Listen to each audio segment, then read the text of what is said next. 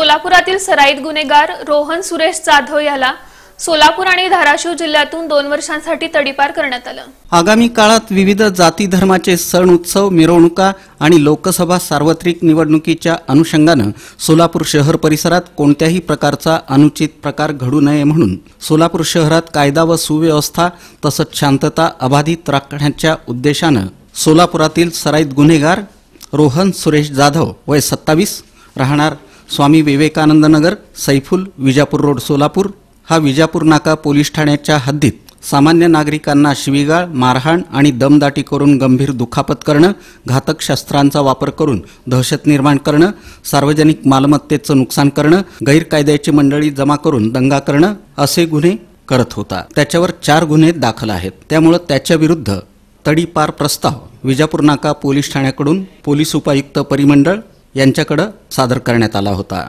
त्यानुसार पोलीस उपायुक्त परिमंडळ विजय कबाडे यांनी तडीपारीचे आदेश पारित केले। रोहन जाधव याला सोलापूर आणि धाराशिव जिल्ह्यातून 2 वर्षांसाठी तडीपार करण्यात आलं।